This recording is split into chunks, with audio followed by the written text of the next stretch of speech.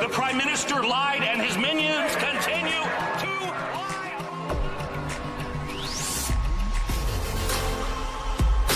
We need political change. But we also need to resolve to resist.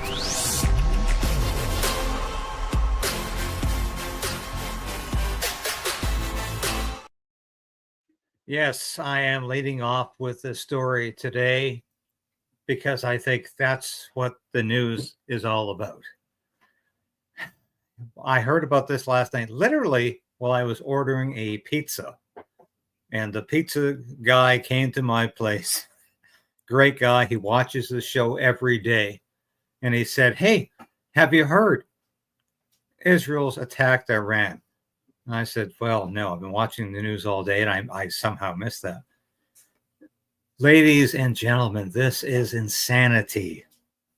Israel should not be attacking Iran because it has a nuclear program for nuclear power.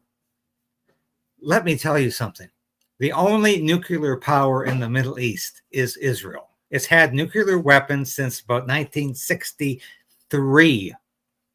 John F. Kennedy, President John F. Kennedy, was concerned about that. It's one of the reasons he was assassinated on November 22nd, 1963, because he dared to say, "Hold it now. Why is Israel possessing nuclear weapons?"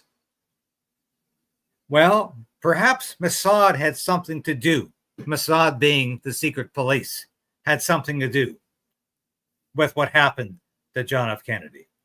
All I'm going to say about that, because I'm already getting people in the room waving their arms at me saying, "You can't talk about Israel that way." Well, I'll tell you this.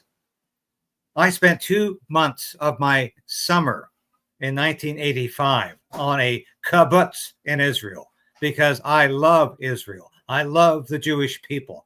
I have debated Holocaust deniers. I have debated people who try to minimize what Israel has gone through as a state. But I'll tell you this right now. I'm through with standing, walking, or doing anything with Israel right now until it gets back on the boundaries of the... It's not only off the road, my friends. It's gone off the road for months. It's not driving in the wrong lane. It's gone off the lane. It's beside itself for what's going in Gaza right now, and I can't even say the word because I'll be demonetized for saying it. That's the control Israel has over the mass media. And I am an evangelical Christian, a born-again Christian, and I love Israel. Yes, I believe there's prophetic power in Israel. But Netanyahu is not God's man. He's a mad man, leading a mad state, killing people. That's all I want to say about Israel. Because believe me, I can say no more. And I'll be punished for saying any more. And yes, am I in Israel's corner? No. God damn no right now. Because what's going on in Gaza is horrendous. And any Christian or my Muslim friends or my Jewish friends would say so as well. And I'm sick of denying the truth. That's the truth about what's going on in Gaza. It's horrendous. And I oppose it. And I don't want another war starting in the Middle East because Israel's ego is just out of control. There, I've said it again. Here's Mark Carney, by the way. I love it. Mark Carney, I don't need the United States. I'm in China's pocket and I'm in Europe's pocket. So how come he's somehow signed an agreement with the United States for all of those special minerals up north? This is so funny because Donald Trump already has an agreement with Ukraine for their special mineral. He's got an agreement with China for their special minerals. Now he's got one with Mark Carney. And you said, people keep asking me, Why did Mark Carney support Donald Trump the way he did? And why did Donald Trump endorse Mark Carney 3 times during the election campaign? Because they're old buddies. They know each other. They love each other. And if you think Mark Carney's for the people, think again. Mark Carney hates the people. He doesn't know the people. I love this too. My good friend, Dan Mosia. This is Mark Carney's government. Banking. Read it. I'm sorry, I have to put my glasses on. Banking on the sale of gas-powered vehicles in Canada. By 2035, the Liberals will require that all new passenger vehicles will be zero tolerance. Holy crap. Do you believe it? Canada's EV mandate must be repealed, Ford Canada CEO said. Why do you suppose the chief executive officer of Ford Canada, Henry Ford's company that designed the original car, why do you think he's saying that? Because they can't sell them. Nobody wants to buy e-vehicles. I've got a guy up, like literally 100 yards from my estate here. No, I'm sorry. It's a small little,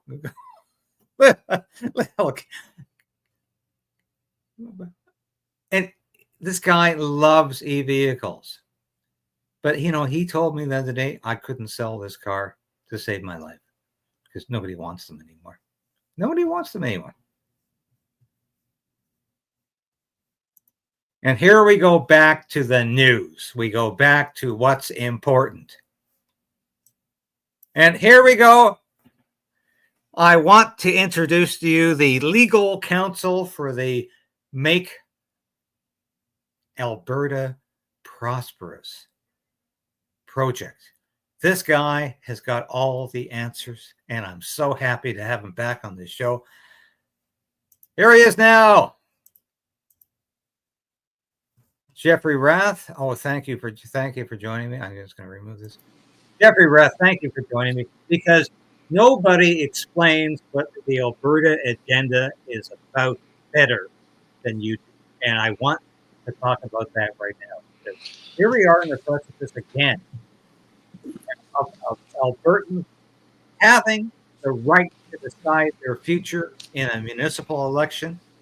Is that going to happen? Are Albertans going to be allowed to do that in the next municipal election? No, it won't be. The next municipal election in Alberta is in October. The time frame that we're on now, because of delays in the proclamation of the referendum legislation, realistically, we're now looking, at the spring of 2026, which is what Danielle Smith was planning all along. We were hoping to have a referendum this November, because for many of us, the sooner the better. And again, one of the things I want to touch on, and I think it's what you were talking about earlier. I just want people to focus on this, and I'm just going to read it out so that they can understand why it is that Alberta thinks that it needs to leave Canada, right? The Prime Minister of Ontario and Quebec and the Maritimes, Mark Carney, has stated in a book he wrote called Values that Western society is morally rotten. It has been corrupted by capitalism. This requires rigid controls of personal freedoms, industry, and corporate funding. This is not a promise to make the lives of ordinary people better, but temporarily worse. This will be a world of severely constrained choices, less flying, less meat, more inconvenience, and temporarily more poverty. Assets will be stranded, gasoline cars will be unsellable, and inefficient properties will be unrentable. That's what Mark Carney said in his books, Values, Building a Better World for All. So from an Alberta perspective, and from an Alberta Prosperity Project perspective, and an Alberta independence perspective, we do not believe that ordinary people should be made temporarily worse off. What we believe in, and why we're promoting an independent Alberta, is that freedom has value. We've drafted a document. It's a fully costed business plan for an independent Alberta. We've called it the Value of Freedom, to show Albertans how much better off they're going to be financially the day that we separate from Canada. And this is all from government sources. These aren't projections. These aren't anything other than applying AI tools to existing government data with regard to funding, finances, fiscal capacity, tax revenues generated by the province of Alberta. The bottom line with regard to this business plan is that in year one, after fully costing an Department of and paying for a Department of External Affairs, paying for a Department of Immigration, paying for border control security services, taking over all of the work of NAVCAN, building an Alberta Armed Forces, tripling the spend that Canada is putting into Indigenous communities from $1.5 billion to $4.5 to $5 billion through constitutionalized resource revenue sharing, etc. So fully costed, first year, Alberta independent from Canada, Alberta will have a $30 to $50 billion fiscal capacity surplus that can be applied immediately to tax savings in the province, which would range from 31 to 50% in year one of Alberta independence. So it's hard. It's hard to say no to that, Jeff. And I have to say, at the beginning of this conversation, I have read what Mark Carney has said in Values. I've read the book. He says he admires Karl Marx and Vladimir Lenin as his premier people in politics. Well, I've read Das Kapital. I have read the Communist Manifesto. I have read Mein Kampf by Adolf Hitler. These are horrible books written by horrible people who talk about taking over the government. And I would put Mark Carney in that same category. He's written horrible books about taking over the government, and that's exactly what he's doing right now in Canada. He wants this country to be vacant. He wants to take over this country, and he's doing it. And thank God you're putting out this information right now about what Alberta could possibly be without not only Mark Carney, but without the federal government's thumb on the people of Alberta. Thank you for doing that. No, we think it's necessary. We actually, we believe fundamentally that Mark Carney is not only an existential threat to Canada, but he's an existential threat to the province of Alberta and to all Albertans. And the only way that we're going to survive is by voting us out of the Marxist communist hellhole that Carney is pledged to turn Canada into and become a fully independent nation state. It's the only way that Alberta is going to survive. And the reason that so many of us are involved in this movement and are so, devoting so much of our time and our energy to accomplishing, what a lot of people say is an almost impossible feat, which is getting a Canadian province out of Confederation, is because we're afraid. We're afraid for our children. We're afraid for our grandchildren. We want the young people of Alberta to have hope again. When you look, and I wanted to state for the record that, David, because of the trust that we place in you and because of your integrity as a journalist, you are the first journalist that's been given a preprint of this document to read, because we wanted you to see the value proposition that is created through Alberta independence and how much better off every Albertan is going to be, including Alberta's Indigenous people, when we finally get the hell out of, the toxic, colonial, oppressive relationship that Alberta has been forced to live in, with Ottawa. So, we're really excited about this document. I did an interview yesterday with the Wall Street Journal. They are the second journalistic organization to have been provided a preprint copy of this document. And they'll be writing a story about it and publishing a story on Saturday. But you have the exclusive. You have the exclusive, and this is because of the trust and the faith that we place in you as a journalist. Well, thank you so much. And one other thing we agree on so heavily is that this is not just about traditional Albertans benefiting or white people benefiting. This is all Albertans who are part of this province. And, I've stood behind everything I've always believed in, which is color blindness. We have to have a country that believes in everybody on the basis of their character, not on the basis of the color of their skin or their ethnicity. And you have been fighting for the rights of First Nations. You have been behind First Nations. You're behind every Albertan, no matter what the color of their skin or their ethnicity. And this is something I want to express very clearly today, that the Alberta independence movement is not about some crazy idea for people who are just white or belong to the original Albertans. It's about people who belong to Alberta today, regardless of their skin color, regardless of their ethnicity. And this is what you're fighting for so hard, because First Nations are going to could benefit from an independent Alberta. No, they will benefit from an independent Alberta. From India, from Sikh Canadians, everybody is going to benefit from this. And this is something I think people need to know. This is not some right-wing conspiracy. This is about freedom for everybody, regardless of where they come from. Well, and what people need to see when we fully release this business plan next week is that, this isn't a radical right-wing document. What we're doing is we're looking at existing sources of dollars, where they're being budgeted today, how they're being spent today, and then looking at how much better off we're going to be when Alberta is no longer sending $70 billion a year to Ottawa to only get $20 billion barely back a year in so-called federal transfers of our money back to us, right?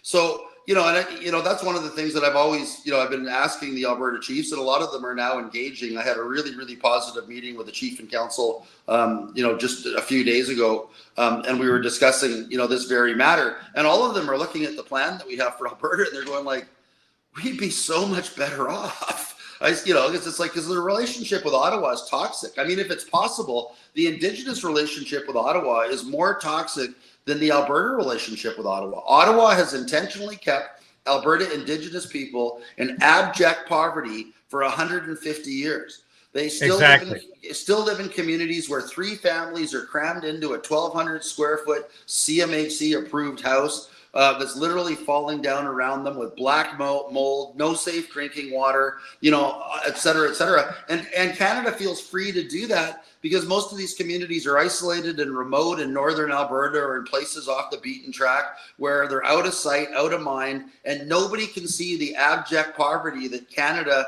has put these people in. And, this business plan that we put together, is determined through the constitutionalization of resource revenue sharing, the creation of community endowments for education, economic development, healthcare, et cetera, to create actual wealth endowments and trusts for these communities so that they can manage their own affairs without having to go to a government on bended knee with a begging bowl in the same way that Alberta has to get our own damn money back so that we can afford to pay for our doctors, pay for our nurses, pay for our police and firemen, pay for our roads, and then insult to injury, have to borrow $6 or $7 billion every year because we're, so that we have a deficit budget to pay for our police, roads, firemen, doctors, etc. Well, Quebec takes $15 billion out of the Alberta economy and out of Alberta so that Quebec can run surplus budgets. I was infuriated the other week when some Quebec politician, I can't remember now whether it was Legault or Parizeau or which one, said there's no culture in Alberta. So, they'll never achieve independence. And it's like, well, wait a minute, we do. We have a very well-defined culture. Doesn't matter what your racial background is, what your ethnicity is. People that are in Alberta all believe in work, family, and having the government stay the hell out of their lives, right? And that's all we want. Why do you think we kicked Jason Kenney out on his ass? Was because he broke that compact by thinking, that he could literally stick his nose into every aspect of family life in Alberta. Albertans won't tolerate that. And then if you want to talk about Quebec having a culture, besides poutine and tourtière and boulettes and, all those lovely foods from French, from my French Canadian heritage that I love to eat, what is the French culture? Being a bunch of parasitic socialists, a bunch of leeches that literally suck off of Albertans and can't run their own goddamn country without $15 billion a year from hardworking people to the West? I mean, enough is enough. It was literally the leader of the Bloc Québécois who said, energy, oil and gas doesn't make a culture. And I said, well, what the hell makes Quebec culture? Because what the American Revolution was all about was about too much taxes. That's what the American Revolution was about. And if you don't know your history, that's what it was about. It was not because the Americans in North America were so different from the British. They just believed what the British said about free speech and a free assembly and freedom from taxes. The Americans believed that. That's what made the American Revolution so powerful, because they believed in that. So what makes the Quebec so special? Because, yeah, exactly. Poutine? Is that what makes Quebec so special? No, they've got nothing to offer except they've been sucking the money from Alberta now for 50, 60 years, and they continue to do that. And Alberta is saying, stop. We're not doing it anymore. Get on with your lives. Get on with your culture. Get on with your, my language. Get on with your province. I do the same thing. Because we are tired of subsidizing you. And that's what's happening. And I thank God that people are fighting back in Alberta right now. Well, the other thing I wanted to talk about with regard to our business plan is that in year one, because of a $30 to $50 billion fiscal capacity surplus, in year one, we'll be able to have tax cuts of 33 to 55% in Alberta in year one. But if you follow what Danielle Smith has been saying, that for every new pipeline, it's going to generate at least $10 billion a year in revenue to the government of Alberta, with the same amount going to Canada. Well, without that amount going to Canada, each new pipeline we get is going to be an additional $20 billion in revenue. Keystone XL is back on track. I understand that the engineering teams at TransCanada are working on that again and getting that moving. So we'll have Keystone XL. Alberta will be in a much stronger position to negotiate a pipeline to British Columbia when we advise them that every train coming out of BC to Ontario is going to be stopped at the Alberta border. We're going to have a week or 2 week inspection for BC rats to make sure that Alberta remains rat free. And then we'll send customs inspectors on board to value all of the container goods and put a throughput tariff on those goods. If BC won't permit another 2 or 3 pipelines from Alberta through BC, we're easily going to get 2 or 3 additional pipelines from into Montana. And if push comes to shove, and if we need to, we're confident we can negotiate a pipeline through Montana, Idaho, and Washington to the port in Seattle. So, let's just be really conservative and say we get just three new pipelines, not 5, not 6, whatever. We double Alberta's oil production. We double Alberta's GDP, right?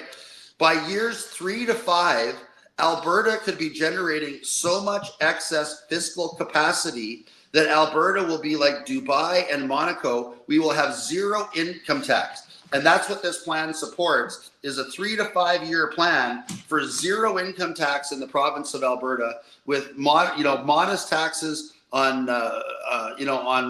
residencies in the municipalities, modest taxes, at the point of sale, a flat 10% corporate tax, etc. And we could have zero income tax in the province of Alberta. So who wouldn't want to move to Alberta and work in Alberta? This plan also contains a section on immigration. So we call it actually the Immigration and Deportation Plan.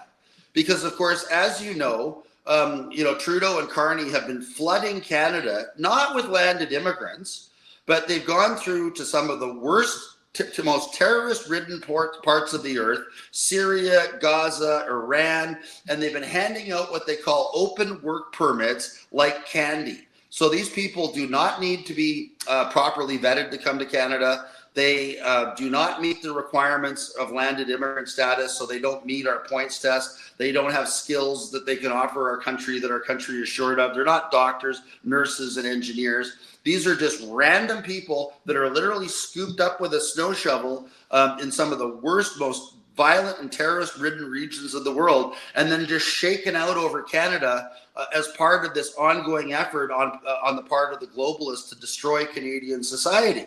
Right? So in a free and independent Alberta, obviously, and again, all of our Muslim friends and neighbors, Sikh friends and neighbors, Hindu friends and neighbors that are citizens, they are welcome in Alberta. They're our friends and neighbors. But anybody that's here that hasn't been properly vetted, that's just been thrown into Alberta without the consent of the province of Alberta, you know, those people, if they're not gainfully employed and are not contributing to our society, you know, will be deported from Alberta, and they can either have a plane ticket to Ottawa and $1,500 spending money, or a ticket to their country of origin and $1,500 spending money, and they can and move on with their lives. And then henceforth, the new immigration plan for Alberta is that the priority for immigration to Alberta will be people born in Canada, because they're the most easily assimilated. They have the most similar levels of education and types of education to integrate into our society. People who are Canadian citizens, and people who have something to offer to Alberta. So that's the plan going forward. And the great thing about it is we get to zero tax in 3 years, zero income tax. We won't need to bring anybody in from outside of Canada. Alberta will be flooded by immigrants from Ontario, the Maritimes, you know, Quebec, you know, wherever it is, wanting to come and live and work in Alberta in a tax-free jurisdiction, you know, in what used to be a part of Canada. Why wouldn't they? I might be part of that flood, Jeff. So, you'll happily see when you read the points program that we put out for Alberta citizenship. You'll easily qualify. But I wanted to ask you, and I hate to take up too much of your time, but no, I love talking to you. Take as much time as you need. What you're talking about is so incredible, but. What do you think about Mark Carney's performance so far? He is basically trying to steal the talking points, and I say talking points intentionally, from the Conservative Party of Canada. He talks about safe streets, talks about building strong borders, talks about a better national defense, a stronger national defense. He's stealing the talking points from the Conservative Party.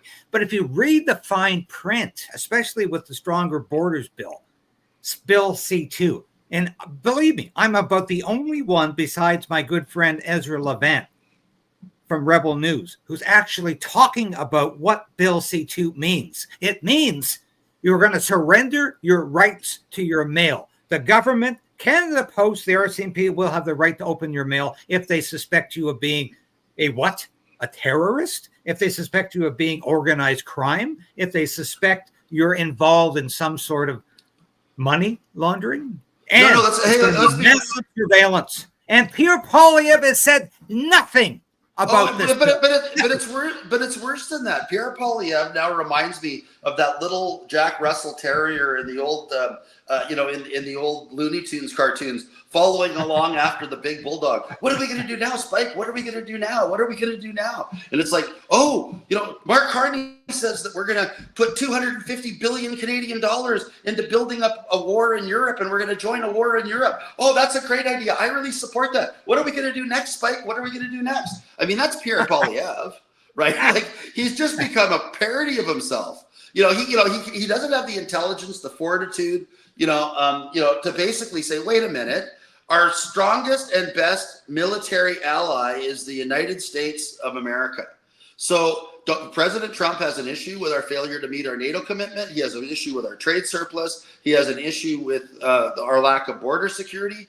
All Poilievre had to say, and believe me, I sent this plan to him. I wrote it in a Substack. It went to him through his brother, and it went to him through my member of parliament.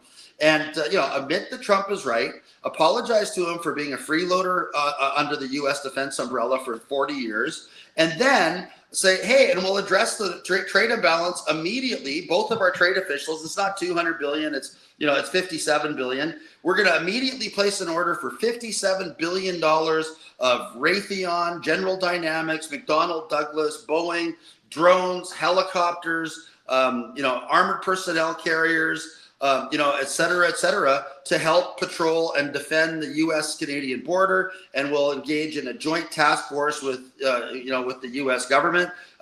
We will eradicate with Hellfire missiles if necessary any fentanyl lab found anywhere in Canada, et cetera, right? I mean, none of the, and I'm sorry, the Hellfire missile part was obviously taking it a bit too far, and I think that would be well outside the scope of Canadian law enforcement and the Charter of Rights, et cetera. But, you get the idea. I mean, it doesn't take a lot to tell President Trump that he's right, and to engage with him constructively as the leader of our largest and most important ally in a manner that would have completely prevented this silly, phony, made-up tariff war that Carney pretended to engage in, only to give Donald Trump right of first refusal over Canadian minerals, like the lapdog that he is for globalism. No, I think Poilievre is getting the same bad advice he got during the campaign, probably from Jenny Byrne, who is obviously still around, talking into his ear. But here's Pierre Poilievre talking about the fact, well, we need to get closer to the United States, but I don't know quite how to do that.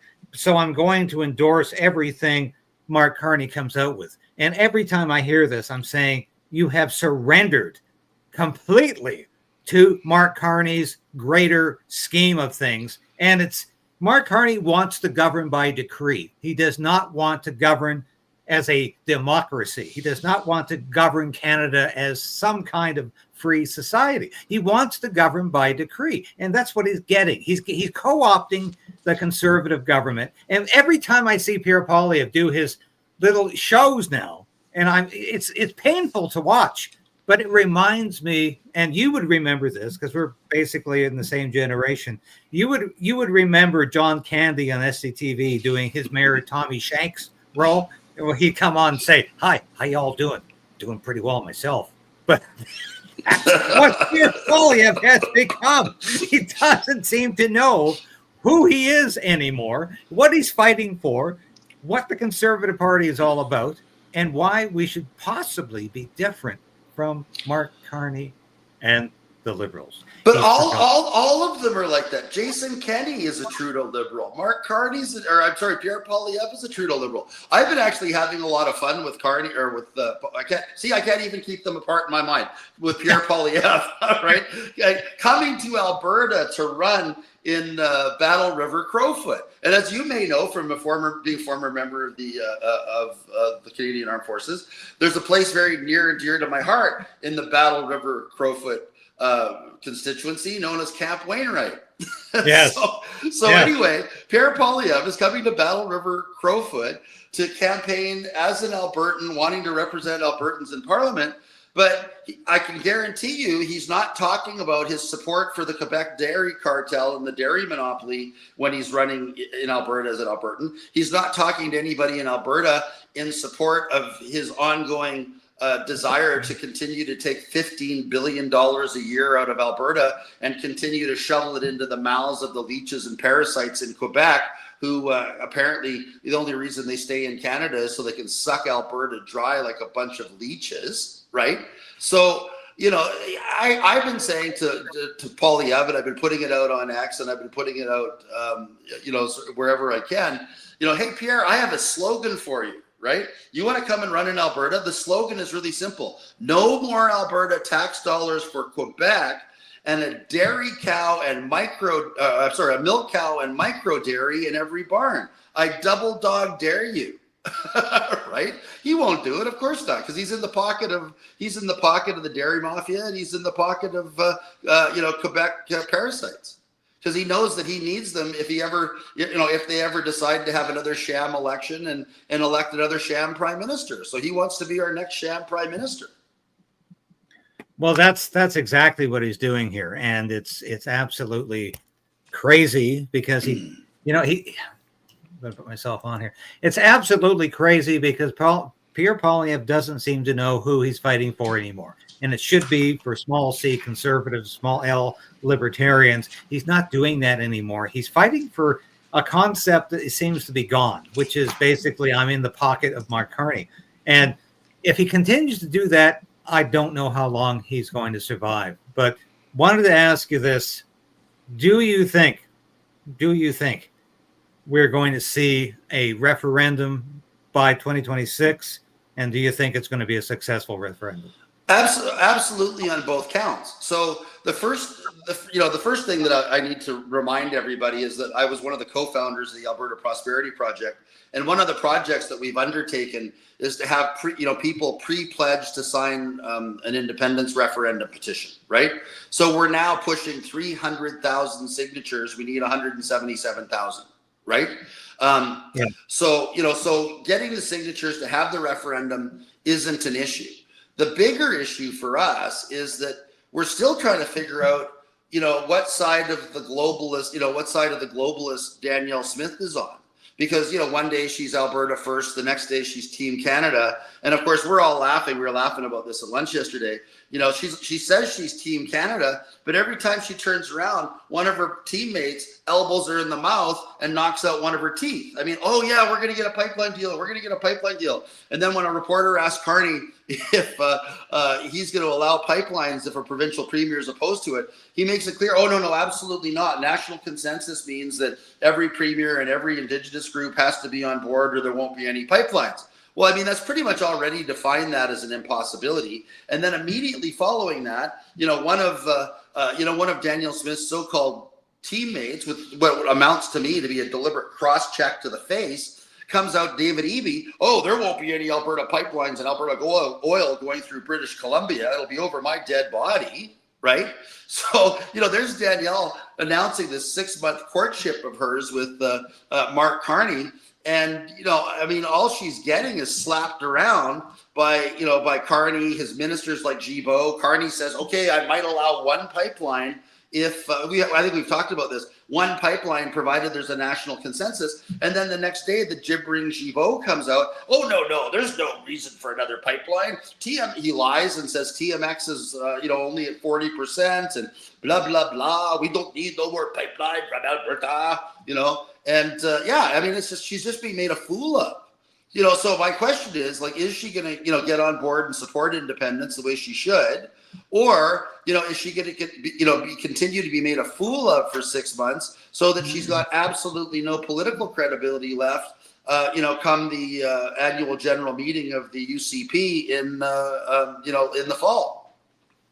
Well, yeah, that's exactly what could happen here. But, what I see happening to the disintegration of the Conservative Party of Canada under Pierre Poilievre right now is probably good news for what's happening for you in Alberta, because people are wondering, and I get comments from this every day from people saying, what are we going to do? What should we do? Because it looks like Canada is collapsing.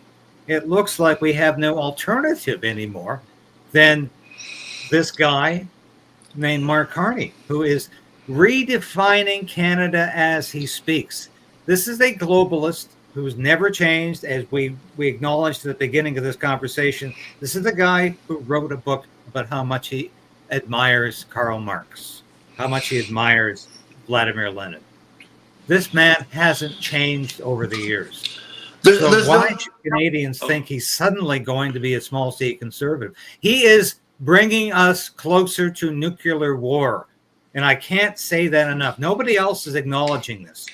He wants to fund Europe by 225, and I think you came up with this figure, $150 billion euro comes out to $225 billion Canadian, about $200 million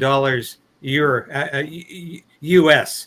He is on the precipice of getting us into a nuclear war with Russia over Ukraine.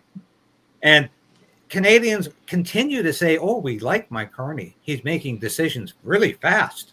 And we like Mark Carney making decisions really fast. I think this guy is the greatest danger to Canadian democracy we've ever had. He's the greatest danger to world peace since Adolf Hitler. I think he's the greatest danger posing anything. And I think what you're doing here, Jeff, in Alberta, if you're successful or not, what you're doing is saying, whatever happened to Canada being about freedom of speech and freedom of assembly and freedom to say what you want and not spending $1 trillion a year on national defense? in peacetime.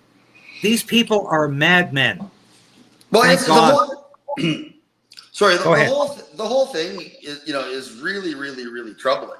But what troubles me more is, the fact that, Danielle Smith has yet to, clearly, define her position on what's going forward.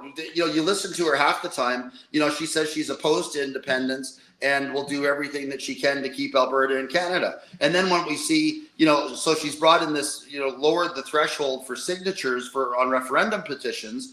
But at the same time, I'm being told by her and by her office, they're going to completely dilute and confuse the referendum question by adding a whole bunch of other questions in and around the sovereignty question, which, could basically take away from any claim that we would have that the question complies with the Clarity Act. And they're doing it intentionally. I mean, I had this discussion, with, very senior members of their government, and they're going, well, we don't care, Jeff. We're the government. We make the rules. So, to me, that's really troubling that, a question that's this important, they're playing political games with. The other thing is, and we'll be sending Danielle Smith a copy of our fully costed business plan, The Value of Freedom, and we're going to be asking her, and perhaps if you next time you're talking to Danielle, if you could ask her this question for me, Danielle, right? APP has prepared a fully costed business plan that shows in year one, Alberta will have a fiscal capacity surplus of $30 to $50 billion following independence that will allow Alberta taxes to be lowered by 33 to 55%. So Danielle, can you please explain to our viewers why it is that you are so opposed to the wealth and prosperity of your fellow citizens? Why is it that you don't want your fellow citizens to be wealthy and prosperous? Are you really just there for the billionaires that want to build giant $75 billion or $50 billion carbon sucking machines on the taxpayers' dime? We need to know whose side she's on. She's either for Albertans or she's for the billionaires that benefit from all of these Carney WEF climate schemes, that put billions of dollars in their pockets every year. And I will be talking to Premier Danielle Smith this afternoon. I will pose that question to her because you're right. She needs to answer that question. But thank you so much for doing the hard work you're doing, not just for Alberta, but to remind Canadians that we used to be about something called freedom. And we've lost that under Justin Trudeau, under Mark Carney. And I'm not sure we're going to get it back under Pierre Poilievre. But thank you so much for joining me today. My pleasure. Just one more thing before I sign off, just because I know that a lot of fellow veterans watch this program. One of the things that we wanted to announce that's built into our fully costed Alberta business plan is with regard to the Alberta Armed Forces. We are going to have enough fiscal capacity in Alberta that we can still have a $30 to $50 billion surplus while providing anybody who lawfully leaves the Canadian Armed Forces and joins the American or the Alberta Army after leaving the Canadian Armed Forces and provides us 3 years of service will be entitled to full GI Bill type benefits. Like they have in the United States, free college, free tuition, living expenses, et cetera, and anybody who joins the Alberta Armed Forces will have those same benefits, and it's going to be built right into the Alberta Constitution, and it's built right into our business plan that anybody that's still physically fit and able to serve that wants to join the Alberta Army as part of the training cadre and getting it back up and running and moving it forward, that full GI Bill benefits would be available in an independent Alberta, fully paid for through the huge fiscal capacity surplus that will be generated by independence. Well, that's the GI Bill of Rights, which, of course, was introduced by one of my favorite presidents, Harry Truman, who was a honest man, I think, and really cared about his military. So thank you for adding that on, Jeff. You're always welcome on this show. We love you. We love what you're saying. We love what you do. We love the fact you're fighting for freedom, and that's what this show is all about. Thank you for joining me today, and I will be talking to Danielle Smith later. and I'll ask her those questions. Thank you for well, thank you so much, David. It's always an honor and a pleasure to come on. So thank you. God bless you. We love the work you're doing. See you soon, Jeff. Bye for now. Over and out. That was Jeffrey Rath, who, of course, is a friend of the station, one of the premier spokespersons of freedom for Canada and Alberta. We love him. And we'll be back again later this afternoon with an interview with Danielle Smith, the Premier of Alberta. Thanks for watching today, folks. This is a show that fights for freedom, that fights for you. Thank God you have become part of this experience. God bless you. God bless Canada, and Godspeed. We'll be back later. This has been David Krayden, broadcasting live from Ottawa.